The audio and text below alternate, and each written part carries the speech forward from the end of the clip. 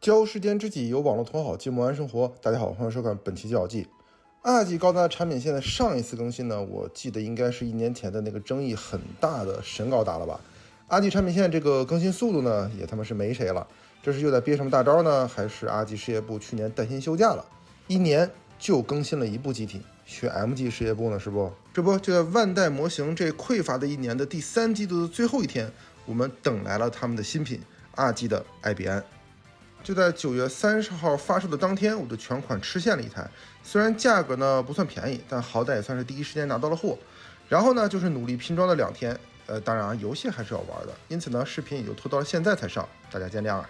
打开包装以后呢，这些还有生产线余温的板件就展现在我们的面前了。不愧是全新的开模啊，刻线清晰，转折面锐利，无毛边，有水纹，对，是万代的正品。从板件的铭文呢可以看出是今年的全新设计，生产日期呢是9月份。大概呢看了一下板件，有一部分的骨骼和外甲是给出了隐藏水口设计的，这一点呢我是很喜欢的，对于速度玩家相对也是不错的设计。但我知道也有很多人觉得隐藏水口处理起来比较麻烦，这种见仁见智的事情就不抬杠了。至于说2G 引以为傲的一体成型骨架呢，这次则是给到了热能边这里。万代这次是真的不作了，我感觉他们是听到了去年的骂声。说明书方面呢，我们也能看出没有一个叉，也就基本吹实了是一个全新规的作品了。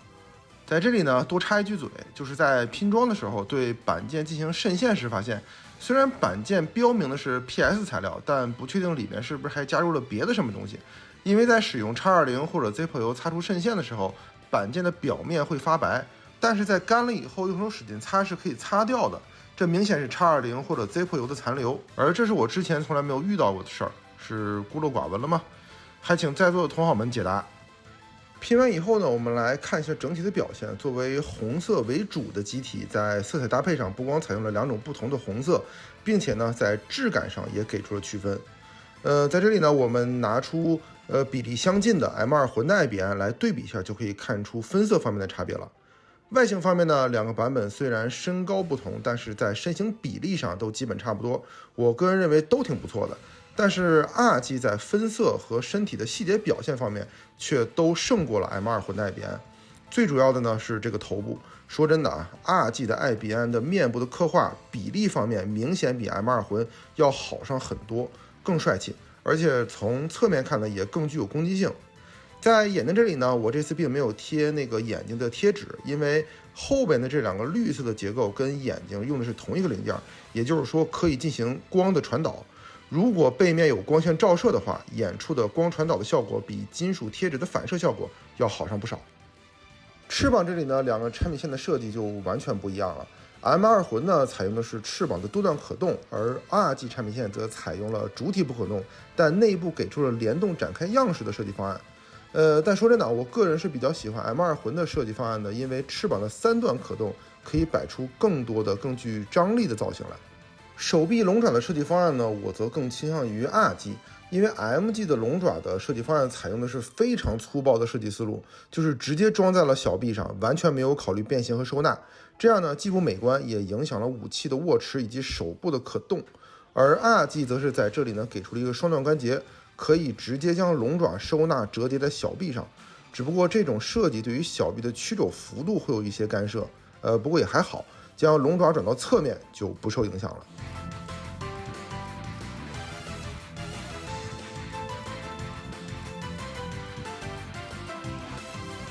膝部和脚部的设计，这次我也站 2G 这一边。毕竟膝部是给出了屈膝的联动，并且脚部的龙头设计呢，这次也已经将龙牙的造型刻画在外部了。这样相对于 M2 混的龙头设计呢，就更加具象化了，而且还能张嘴。M2 混呢，则只能露牙了。可动方面嘛，废话不多说，快进。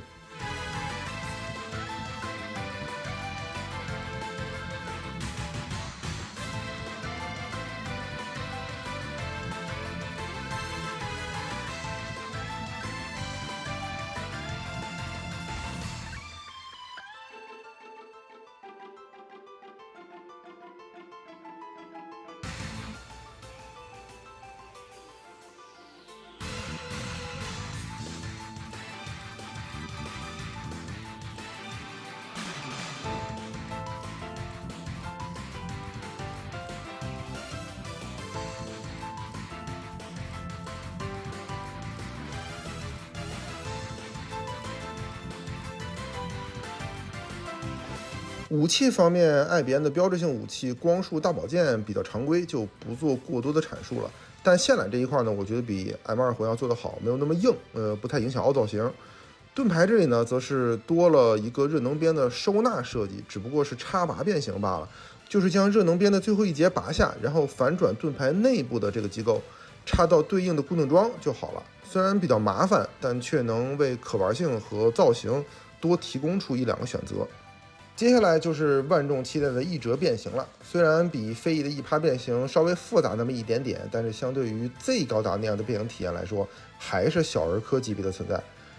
在这里呢，只需要将前裙甲向前抬起一些，整个胯部这里就可以向后旋转了，然后向两边打开后裙甲，将胯部整个向后翻折到位，2个龙脖子也就就位了。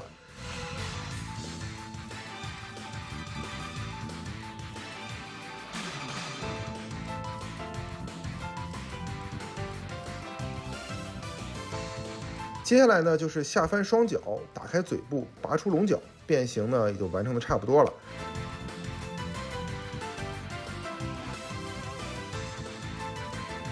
之后就是拔下双手，展开龙爪，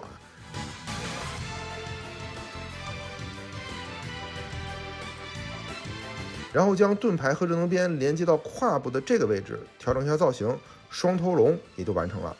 造型方面呢，比 M2 魂的设计可是好太多了，至少它更像个龙了。